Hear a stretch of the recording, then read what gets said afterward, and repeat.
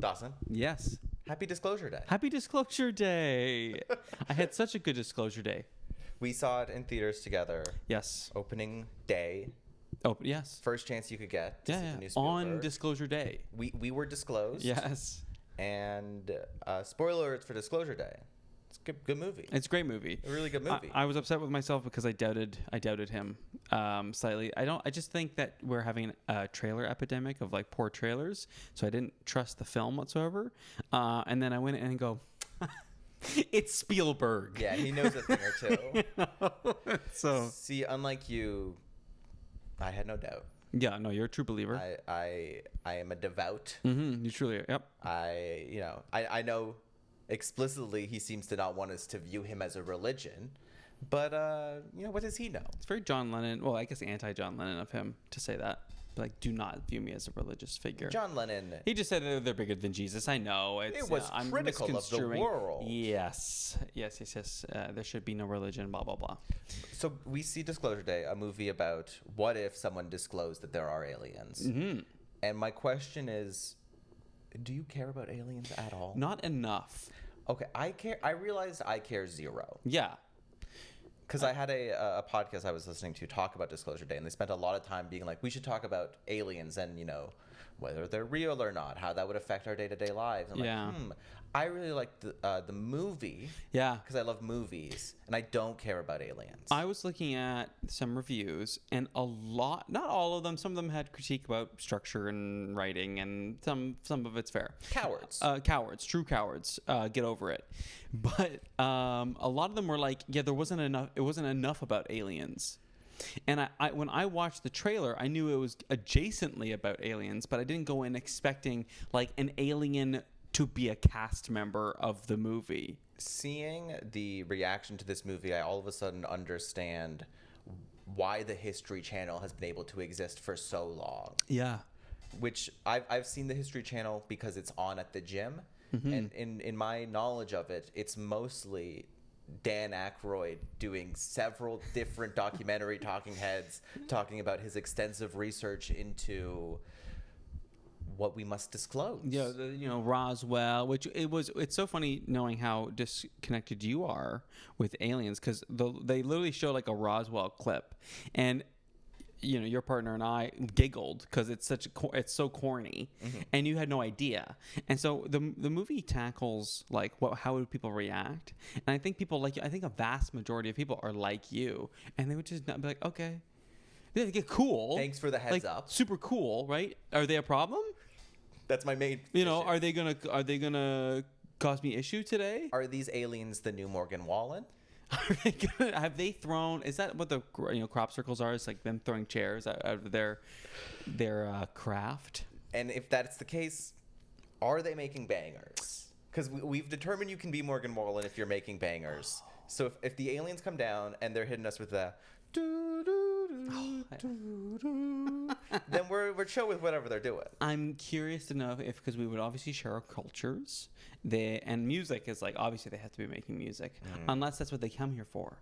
Unless they don't make music, they can't understand music. Aliens come to Earth. Yeah.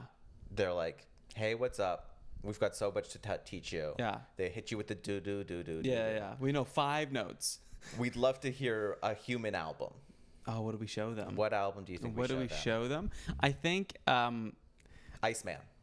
No, nothing like Drake. You're right, because then we have to explain like the history of the Drake and Kendrick beef. Like it's too complex. And then they think we're warmongers because of the context of the which we are. It maybe is too complex of a text, too dense of a text to introduce the aliens to shebang.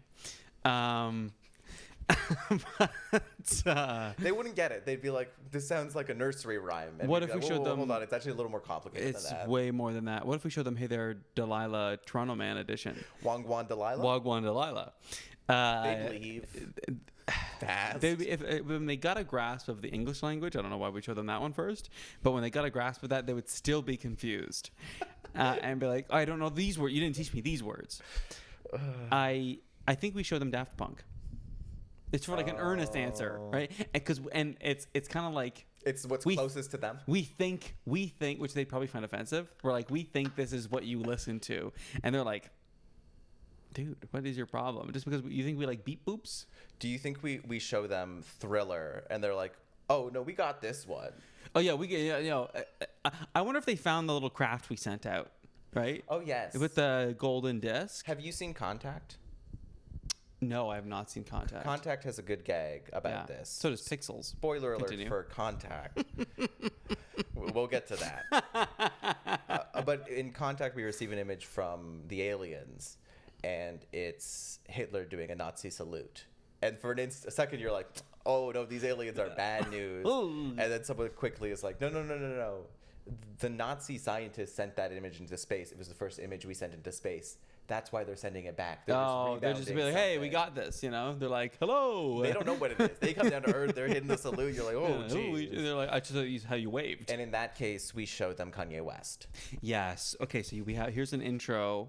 Then you get to go to Life of Pablo, and you get to do graduate. Of course, you show them graduation. I think you have to start them on College Dropout, because I think that the rest of it doesn't really make sense if you don't have True. You got to start from the top. You got to, absolutely.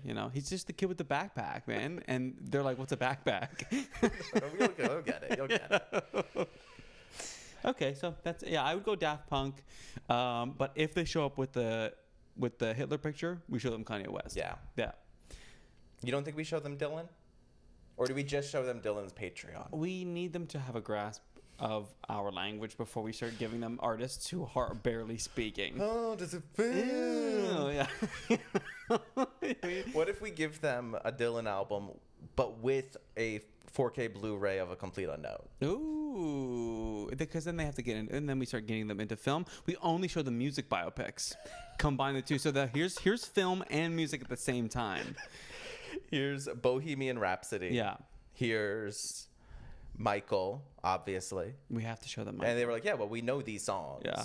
And we also know exactly only what the movie is telling us. So he's a good guy who loves kids in a good way. And his dad is so mean. He's the meanest dad ever. And that's the only bad thing? That's the only thing that bad happened. He's got pet animals. That's a little kooky. What's that monkey? What is that? Even though I know the name. Of course, Mr. Bubbles. Yes. The friendliest monkey name. So yeah, we show them Walk the Line, which is my personal favorite. Rocket Man, yeah. And then maybe they'll start, and then you can kind of be like, okay, and now then they're like, oh, sing. our movie's bad. Yeah. They're like, oh yeah, film sucks. This isn't good. Yeah, you should stop doing those. Yeah. And then how do you redeem? What do you show them to redeem film? I mean, because you don't want to show them something so foreign that they wouldn't understand it, because they're only from Close references to Encounters? music biopics. No. I mean, that would be too much for them. It's also just putting a mirror to them that can be a little jarring. Yeah. We've shown them all these music biopics, and we want to introduce them to the world of good movies. Yeah. We show them Better Man. Okay. And we ask, like, look. Yeah. And of course, the first thing they'll say is, well, we don't know who Robbie Williams is. Yeah. And we're like, don't you worry, no one else did. In North America, not a single soul. Yeah. We were told he was big in the UK. And then they'll be like, well, was he a monkey? And we're like, actually, no.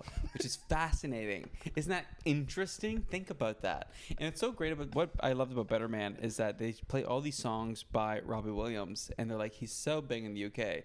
And I'm listening to them for the first time, and I wonder if I had listened to them earlier under different contexts, I'd be like, wow, these are great songs. But I'm listening to them in the theater with the monkey singing it, and I go, these are okay. But if you were listening to the radio and knew that a monkey was singing the song, now I would kind of be, this is correct. Number one hit. I knew it was a monkey the whole time. This is the problem, is the UK kept it a secret that Robbie Williams was a monkey. Chimpanzee. If they had told us he was a chimpanzee, I think streams, radio play would have gone up. A quick aside to tell you my Better Man story. I walked out of the theater thinking that I didn't like the movie, but really I think halfway through I just developed a migraine, and I associated it with the film. And so I woke up the next morning going, wow, Better Man sucked. And then after like 24 hours, I was like, no, I was just in visceral pain. And it didn't help that because it's a monkey man, a lot of the backgrounds aren't like necessarily real. A lot of it's like kind of like imposed or like CGI, and so it's just really like light glares are crazy. And so imagine having like a migraine and behind a monkey is like sun glares the entire time. It does seem like the worst movie to watch during a migraine. Yeah, especially the end, because the end has a larger fight scene than like any of the Lord of the Rings film. What? Sorry. Have you seen it? No. No, it's a fight scene? So there's a fake fight scene. It's at a concert. He's high and he's himself and he's hallucinating and he sees millions of himself. And Question. Are the himselves monkeys? Got it. And he fights the monkeys. And it's like a cool fight sequence during a concert little sequence. It's cool. It's a good movie. But there's like a huge, like, it's like a war scene in the middle of a song. It's kind of awesome. But if you have a migraine. But if I have a migraine, I'm like, please shut it off. I think what are the worst movies to watch with a migraine? My immediate thought is the Super Mario movies. Oh, because not only is it like beautiful bright colors, but bright colors. The brightest. It's also like every character in that is almost annoying. And so most of them are. So unfortunately, Toad becomes like the most irritable person. More so if you're already suffering from a migraine, which I get so rarely. I think a good movie, but Oppenheimer would be rough with a migraine, because no matter which point in the movie you're getting the migraine, there's so much movie left. Yeah. Gosh, even if you get to the legal drama, you're like, there's still an hour and a half. And it's such a loud movie. Yes. And I just think the last thing you want when you have a migraine is to have Cillian Murphy keep looking directly at you with the biggest eyes in the world and be like, I think I messed up, guys. I did something wrong. I pray it's after the, like, when the bomb goes off, and I pray it's after when he's in the stadium and everyone's stomping their feet. Oof. And it's the loudest I've ever been in a movie theater, and then also they're showing you like dying people. Yeah. I think with a migraine it would be tough to get through. Yeah, it's hard. It's hard. What do you think's the best movie to have a migraine during? Ooh, what's like a peaceful, dark... You know what could maybe work is you go a little Miyazaki. Yeah, kind of. Like if you go with a Spirited Away. Yes. It still would be like a lot to deal with, and the migraine is not going to make the movie better. I will say, without migraine, I watched Spirited Away as an adult man, and I think the film is beautiful. No, I'm thinking of My Neighbor Totoro. Spirited Away would be fine. I'm thinking of My Neighbor Totoro where the kids cry for half the movie. That would set off my migraine. But in Spirited Away, it's mostly just like, mostly good vibes. Mostly just good vibes and like a bathhouse. Yeah. I think if you watched like When Harry Met Sally with a migraine, a rom-com would be great. That could be fine. Some nice rom-coms, yeah. Broadcast news is good any day of the week, no matter what your head's at. It doesn't. Yeah. It doesn't matter. It doesn't matter how you're feeling, as long as you don't think too hard about how the news media was bad in the 80s and has only gotten worse from here. Yeah, we yearn for a time that was still broken. That's really sad.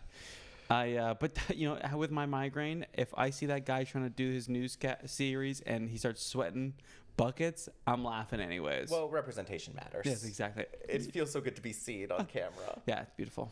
So I was thinking a lot about Disclosure Day. Yes. I think it fits into this category of can't handle the truth films.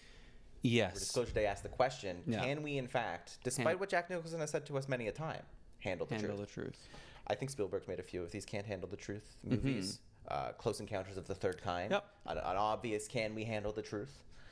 Raiders of the Lost Ark is kind of that. Yeah, totally. Can we handle the truth that the Bible is real? Look at what the faces of those Nazis. They could not handle it. No one has handled the truth worse. I melted. And of course, he produced this one. But Men in Black, very much. They cannot. Handle the whole monologue of certain individuals can, but the masses cannot. Yeah, absolutely. But now to verge out of Spielberg. Yeah. I think to the canon of can't handle the truth. Obviously, A Few Good Men. Spotlight. I haven't seen Spotlight. Can you know what Spotlight's about? No. It's about the Boston Globe investigating Catholic priests in Boston. Oh, okay. It does ask the question, can we handle the truth? Yeah, it just made a lot of people very angry. It's a lot of truth. It's a lot of truth to handle. It's hard truth bombs. Very watchable movie, though. but very sad. But very sad. Yeah. You know. The Truman Show. This is more of a Can that one guy handle the truth? Can Jim Carrey? I think the handle level truth? of his truth he had to handle was a little more than like, you know, aliens exist. Because that's a. If you found out that everyone around you was acting, that's for me harder than if that aliens are real. I'm just gonna push back a little bit because so far the movies that we've talked about are: is there alien life on this planet? Yeah. Is the Bible real? Yeah. Is the institution of the Catholic Church inherently evil? And you think the worst one, the hardest Not one the to worst. handle is like, who's my life a TV show? No, here's the thing, right? You live your whole life. You think everybody around you is like living earnestly. And then one day you find out that they were all actors. I think Trying to entertain the masses and you are someone's plaything. Sure. That's messed up. Your whole life recontextualized. I still Rather than think- like, you know, my life goes. Don't get me wrong. Listen, if I found out that the Catholic Church was evil, Lord forgive if I found out the Catholic Church was evil. What a shock it would be. My faith would crumble. My devout belief in the Catholic Church might crumble slightly. And aliens, if I find out aliens exist, it's not like the aliens are then going to just start showing up. You know, they're still not here. This is fair. Or they're dead, or whatever they have. We'll see. Other Can't Handle the Truth movies. Please. Begonia. You never saw Begonia. But I'm familiar with it. What the truth is. Yeah. That she. I think it also has to do with aliens. It does. I fell down an alien. Don't worry, we're about to get out of aliens. Okay. Seth Rogen's The Interview. Oh, we can't. Can you handle the truth that Kim Jong-un is kind of a good hang, but also very bad? What if what if like a cool ass dude also it turned out he was like evil. It's crazy that the best parts of that movie, is Kim Jong-un. Yeah, he's the best. It's really good. Is the actor who portrayed Kim Jong-un like working? Oh yeah, I hope so. I can't remember who it was. No, I'm sure it's like a him. big actor. Yeah. It's Randall Parks. Oh, Randall Park. okay. He just looks. They made him look like such a good Kim Jong Un. But he does such a good job in that movie. He's the best part of the film. Yeah, he's so good. Yeah. He so unfortunately shares scenes with the worst part of that film, James Franco. Seth Rogen. No. Seth Rogen is. No, I'm kidding. Seth Rogen is fine. No, he's fine. Yeah. James Franco is so bad that even though not watching that movie meant the terrorist won, we all still didn't watch that movie. Yeah. That's not a good performance, James. No, unfortunately. Other Can't Handle the Truth movies. Bill and Ted's Excellent Adventure. Can you handle the truth about all these historical figures? Yeah. And that they're also a good hang. And can Napoleon handle the truth that Waterloo is a great water park? Does he have the context that Waterloo is his greatest defeat yet in that film? Is it him post defeat? I think it's him in the height of his power. Very excited to go to Waterloo. Yeah, because I think he doesn't know the tragedy of Waterloo. Can he handle the truth of Waterloo? And so maybe does the film contextualize that he goes to Waterloo and it's a fun water park, and then when he's brought back into his timeline, he thinks he's going to, when they're like, oh, we have a battle at Waterloo, he's like, oh great, a fun tide pool. I don't think the movie says the timeline shifts when everyone goes back. Mostly what I think it really signifies is that the air guitar is sick as hell. It is kind of cool. And then I think maybe the ultimate Can You Handle the Truth franchise. Yeah. Toy Story.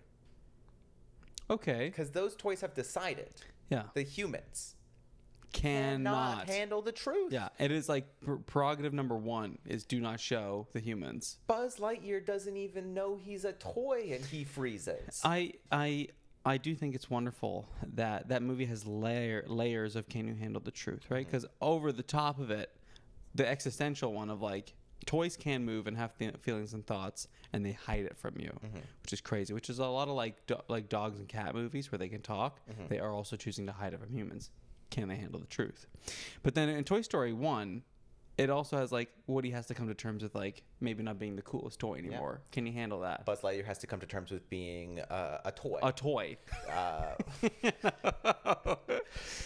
How great would it have been if like there's all this hype around Steven Spielberg's Disclosure Day? Everyone's like, it's him returning to aliens. Yeah. And then the thing that's disclosed in the movie is Josh O'Connor starts a news stream where he's like, guys, toys are real. Oh, They are alive. Toys move, my Woody.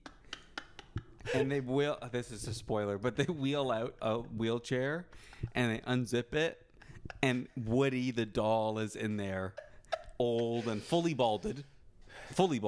You've got a friend in me. That's what he was. You can kind of hear him whisper to Josh O'Connor, "You've got a friend in me." And then it cuts to Emily Blunt, who says, "Listen." But that's it.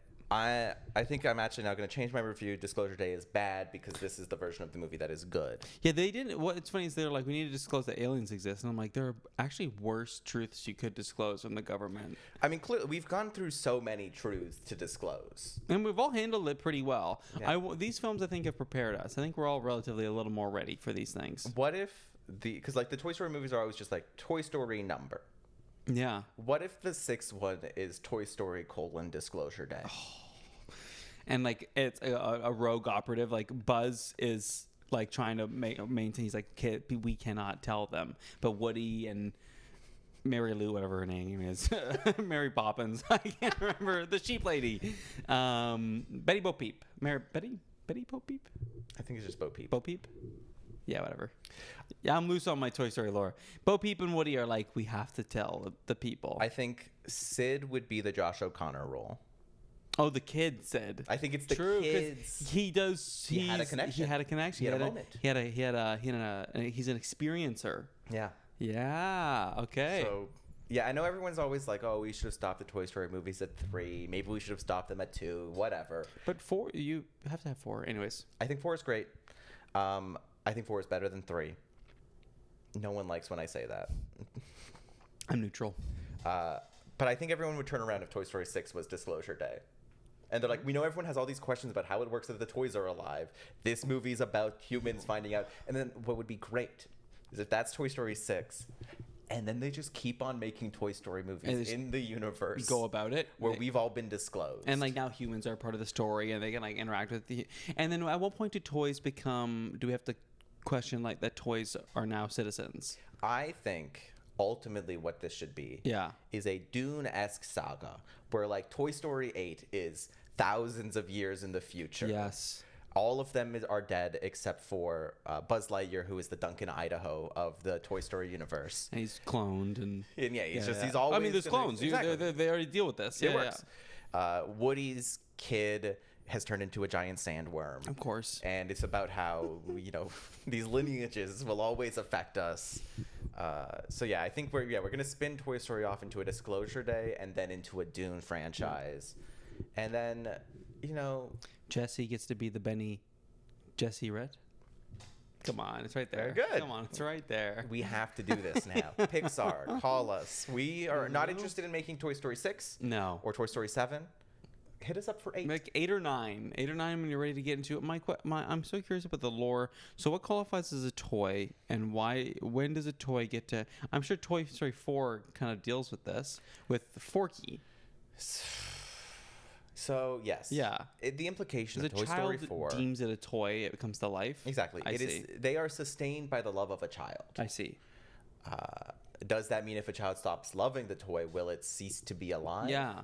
These are questions we will answer in future Toy Story installments. We see little bits of that with Wheezy and how when he's hidden away and nobody sees him, he dies. And it's only when he's brought back out and the kid starts to play with Wheezy again does he start to be a healthier version of himself. So then in our Toy Story 12 that takes place thousands of years from now, do you think they have, sort of in the Matrix style? I was going to say, do they keep children to love them? Yeah, they've created like child slaves to love the toys so that they can sustain themselves. Yeah. And then when we get to Toy Story 15, it is now a story about the children. By Toy Story 12, it's actually kind of a reverse flip of what we know from the original Toy Story. It's following the children who basically become animate when the toys are not around. Yeah. And then eventually becomes the child's uprising. It's ultimately a film franchise about humanity crawling back its independence that has been stolen from us by this capitalist world that keeps shoving toys in our face. Ultimately, It's super woke. It has to be. This serious tone we're implementing is like how people want like comic books to be talked about. I mean, this is many people's pitches for like Avengers Doomsday. Yeah, that's it. This is like why we have so many dark Batman movies. Is because we take it so seriously. But we're not going goofy enough. True. Like, it's serious, but it's also like, I want it to take place in our world. And I'm like, no, let's go 1,000 years into the future. 3,000 years. Why not? Yeah, whatever, man. You know, we're on different planets now. Just do Dune. I do like how many Dune. For years people were like, Dune is unadaptable, and now they're like, no, Dune was adaptable. Denis Villeneuve does such a good job, but like, he's not going to go further into it because that's unadaptable. And we're like, no, it is fully possible to do it. You just have to do it with toys. Toy Story. Yeah, you can do after Dune Messiah, which is the third one. Everyone says that one is too much. No, toys. Toys is the answer. Everyone will be fine with it as long as you still have Buzz Lightyear hanging out, voiced by Jason Momoa. And then you have, Woody's ancestors voiced by Chet Hanks in a Jamaican patois, but it's not offensive because that's just the dialect of the future. What's great is that you can have in this kind of like, obviously by this time he would be gone, but if we wanted to just recreate the Toy Story films in like a Dune narrative, Stinky Pete would be the Emperor. Oh, right? That's good. Right? That's good. Right? Isn't that good? Well, what's crazy is this was all in my notes. And Slinky could be all the worms. There we go. Come on. It's good. Come on. Good. This is easy. It's so good. While we're talking about people taking, things for children very seriously. Okay, segue. Thank you. There's been a whole lot of remastered video game talk that I have not been privy to before. Okay. So this month, Star Fox 64 is getting essentially remade, a cinematic version being put on the Nintendo Switch 2. Nintendo also just announced that The Legend of Zelda Ocarina of Time is getting an overhaul of the N64 game to be put on the Nintendo Switch 2. Big, a lot of excitement in the air about this. So that is actually what my question is. Okay. How does the gaming world view these remasters? It's split. I wish there was an easy answer, and it depends who you're talking to. It's time for business, Dawson. There is, I think it really depends on the game too. Ocarina of Time is kind of like evergreen. A lot of people are going to be excited about that no matter what because it's just such a beloved thing. Especially Zelda gets a lot of slack for what it pulls, and we've yet to see what they will actually include in the because it's just a cinematic trailer. But Ocarina of Time, generally speaking, everyone's excited about. There will always be voices saying that they're like, just leave it be, like just stop, make new things. Yeah. It's a very similar conversation to remaking film. That was my question. Yeah. Is it analogous to the live action remake thing? I would say to a degree. Got it. I think with film adapting film, I find that the difference between a film from the 80s and a film now isn't that large of a technical gap. Sure. In terms of we're not doing, besides computer graphics, we're not doing much more with film, where the medium is still on the relative scale in a similar place. Has video games gotten to the creative bankruptcy of remaking Moana in live action 6 years to some after it degrees? happened? Okay, to some so this has degrees. happened. So and that's why it depends on the game. So with Ocarina of Time, there was a 3DS version, but that's now locked on the 3DS, and a lot of people don't have 3DSs anymore. And the Ocarina of Time as a base is still an enjoyable experience, but nobody has a Nintendo 64. You can play emulators and all these things, but that experience is still good. But also, you look back at the graphics and the controls; they're really dated, right? Graphics can be charming and can still hold a lot of artistic sway. Actually, physically playing the game can be quite jarring for people because we literally just know better now.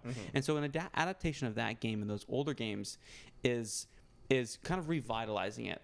But then there is so I think of Naughty Dog, who did Last of Us. Got it. So Last of Us has 2 games in the series. Last of Us 1 and Last of Us 2. There have been remakes of Last of Us 1, which came out maybe 13 years ago, maybe more now. Time is a weird soup. That they have made more remakes of Last of Us 1 than they've made of new games. There was Last of Us, then there was Last of Us for like PS4, and then there was Last of Us for PS5, and then they did Last of Us 2, and there's already like a revamped version of Last of Us 2 kind of on the move. And so like, and then same thing with like Assassin's Creed games get new releases all the time. Horizon Zero Dawn is a series that came out maybe 10 years ago, and they're already doing like a remaster of it. And generally, is the reason to do this just that like it is cheaper than completely making a game from scratch? So then with games as well, the intention of the studio. Sometimes they're nice enough to tell you it. One, it's because we also deal with like playing on a new system, and so they're like, well, players want to play this thing, but they are now on PS5 and PS4 isn't as accessible. You can still play the games, but they want it to look better and run better. And so you're appealing to that audience of wanting to play the game in a more fresh way. Another thing is like people will. This is one I like because you have a team of people making this thing. And oftentimes, because they're firing so many people, they rehire new people, and then these people don't know how to make this type of game. So you remaster an old one to teach the new studio how to do it, right? They're like, so we practice making an old one so that we are ready to make a new one. Something like that. There's a lot of different reasons why. I like it when they're kind of training staff to make a new thing.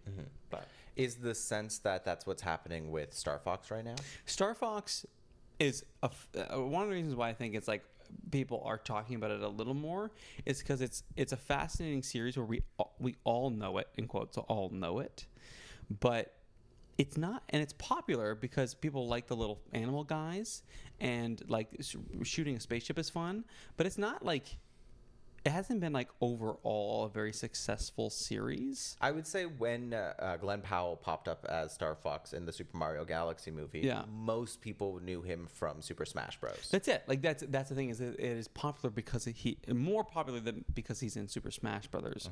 But the actual game itself is interesting that they're like, not only are we bringing Star Fox back, we're doing 64. And I've actually heard some interesting points to be like, well, something that I said earlier is that the 64 version is an old game, and it's still fun to a certain type of person, because I love going back to those old games. I find it charming, and there's a lot of fun to be had there. There's a lot of people, there's so many people who like have never touched a game like that, and it's quite jarring to go back.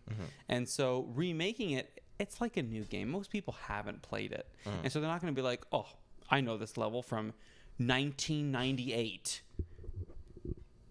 And so I give them a little bit of slack when they're remaking stuff, because they're also introducing a lot of new things. And so it's essentially new. Like, yes, it's based off of something that came out, but then it means that it works and it's revamped and it's fun. I think where that game is going to hit or miss is that it's like focusing on like the story and the dialogue between these characters, but I've yet to see good writing from their teams. It's like, we want to focus on the story. Okay, well then you need to like hire like writers. Like not just game writers. Which game writer? I'm not disparaging game writers. They can write good things, but their specific teams are quite like, it's for kids. Blah blah blah. Just so you know, the next episode of this podcast, we will just be bringing in a new team to redo this episode. And they're going to remake episodes. They're going to read scripted versions of our old episodes to learn how to do a HomeFries episode. Because we're too expensive. Oh, far too expensive. And like, people have listened to us before, but like that's from the past. And so like there's interesting ideas with what we're doing right now, but I think a new audience needs new voices to say that. And so plus there's so much new technology. Right, like the medium is different. It used to be MP3s, now it's WAV files. You don't even know how to pronounce it. WAV, what is it? We're mostly just replacing you. Okay, that's interesting. Thank you for listening to HomeFries. Thanks.